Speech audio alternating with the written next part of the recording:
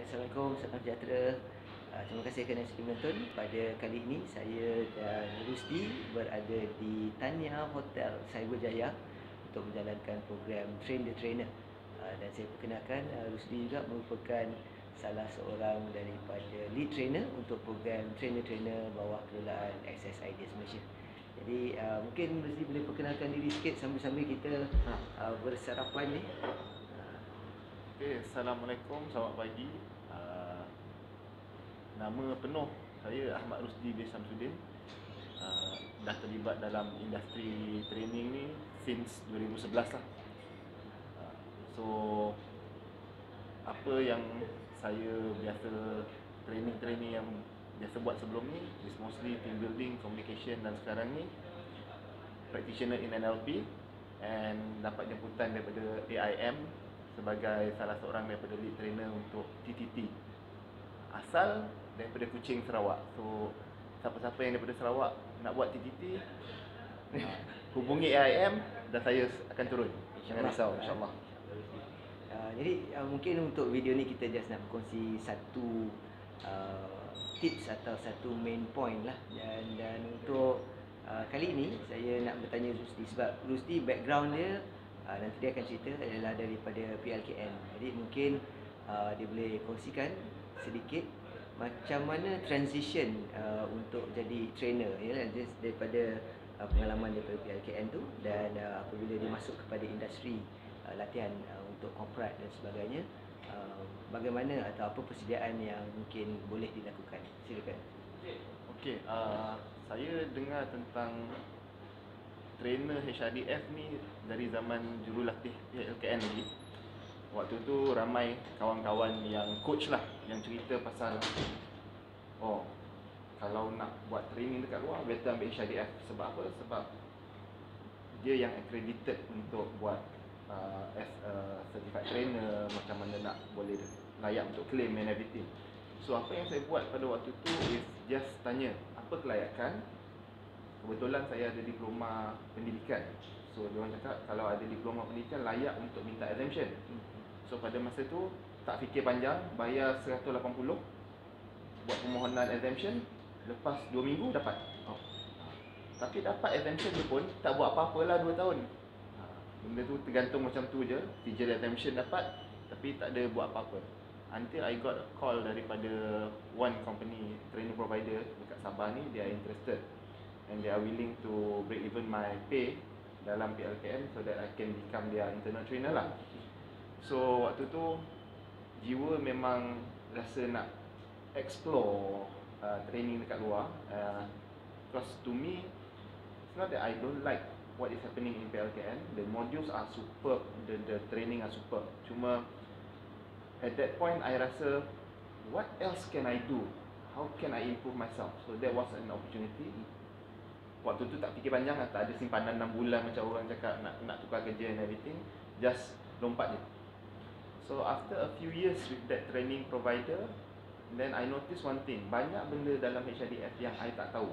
Because tak ada community yang talking about HRDF, tentang claim dia, tentang what is PSMB, apa yang boleh, apa yang tak boleh. Even pasal claim and everything, semua TP yang buat. So then I notice that a lot of things yang to some trainers, kalau dia rasa macam nak main rendah macam tu, apa orang cakap, the backlash will be orang boleh permainkan kita dari segi payment, orang boleh permainkan kita dari segi knowledge of claim and everything. So kita tak tahu berapa dia orang sebenarnya claim and everything. So carilah kawan-kawan, sebab TP tu pun ada panggil trainer lain, I coordinate for some of the training. Daripada situ belajar. Dia orang cakap if you are good in delivery, tak perlu pun ambil TTT, but go to a community yang tahu pasal claims, yang boleh cerita pasal selain daripada PSMB, what else can you do and everything. So waktu tu masih berpuas hati lah dengan exemption and everything. Sampailah when I started to be involved dengan banyak lagi TP, because I'm still a freelance trainer. Waktu tu yang terfikir, betul ke harga yang diorang bayar ni? Berapa yang diorang dapat? So that question came up. So bila question macam tu came up, then I said, you know what, one fine day, I think kalau ada opportunity and I find the right person to do TTT with, I'll go in and do TTT. Kebetulan a friend to my friend punya Facebook nampak lah, ada orang selalu posting muka dia, ada video, so orang di depan saya ni. So one fine day tu just click lah, dengar what he has to say and everything, and I know that he runs TTT.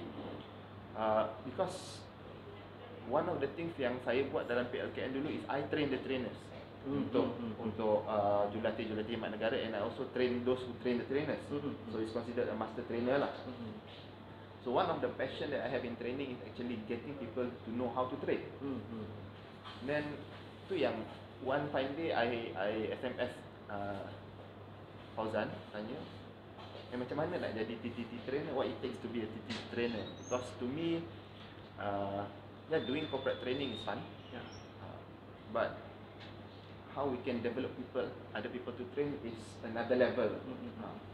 So dia cakap buat masa ni tak ada lagi pengambilan, so kalau ada besok untuk the new batch of or renewal of TTT, then dia akan bagi tahu. So tunggulah. After almost 2 years, suddenly one fine day dia tanya, masih berminat ke? So I said, yeah, why not? Let's do this. So daripada situlah, but I told myself, kalau I tak masuk TTT, macam mana I train TTT? So saranan daripada Fauzan is re-audit TTT, means masuk satu TTT tu for exposure, and then see what you can actually understand. Lepas tu see whether it suits you or not. So I went to his TTT dekat Putrajaya last year, and then waktu tu walaupun datang asal niat dia is just to observe how TTT is done, tapi bila duduk dalam TTT tu, my god, like 80% of the content I langsung tak tahu. So that was an eye opener, on in terms of claims, in terms of what it takes to live in the ecosystem of a HRDS atau PSMB trainer ni. Barulah waktu tu rasa macam kecilnya diri ni kan, kalau banding nak cakap tentang training and everything. Because I'm not a person who likes to be involved in a big community macam trainer, corporate trainer ni banyak community dia, banyak group dia. I'm not a person yang suka duduk and be involved banyak. So to me, again, if you want to know the real information, get it from the real source lah. So if you want to be a TTT trainer, my invitation would be go through TTT. Or if you want to be a corporate trainer, become a participant in TTT, understand what are the fundamentals, what are the pillars that you need to have kalau you nak jadi seorang corporate trainer under HRDF punya ecosystem. Because banyak benda kalau dalam community tu dia cakap surface. So dalam TTT ni we know in depth, at least apa-apa pun kita taklah terkapai-kapai, terumbang ambing. So you know the fundamentals, you know the pillars. There's something for you to hold on to. So that's my story of how it came to be, and macam mana transition daripada PLKN punya trainer jadi corporate trainer, and now in the process of becoming one of the TTT trainers. So basically in essence, datang TTT ni walaupun dah ada experience, dah pernah conduct training, there is still something new to learn, and the learning is mainly on the fundamentals, benda-benda asas, benda-benda yang akan you boleh build up on. Jadi macam tu. Jadi kita sarankanlah rakan-rakan yang menonton di luar, mungkin this is the time untuk explore dan mungkin retune balik you punya fundamentals, whether it's right or not. It's not compulsory. Trainer ni tak wajib. You nak jadi trainer dalam market Malaysia, tak ada masalah. Boleh je run program. But macam Rusdi kata, I believe if you want to get the fundamentals right, salah satu daripada tempat yang mungkin boleh belajar adalah HRDF trainer. Any last few words untuk yang menonton video ni mungkin? Okay, kepada yang menonton, siapa-siapa yang berminat untuk jadi trainer, if you have the hearts for it, if you have the passion for it, my invitation, take that step, go all out, carilah guru-guru ataupun carilah whoever mentor yang you rasa boleh guide you, work together with them, buat betul-betul, insyaAllah things will fall into places. Terima kasih Rudi.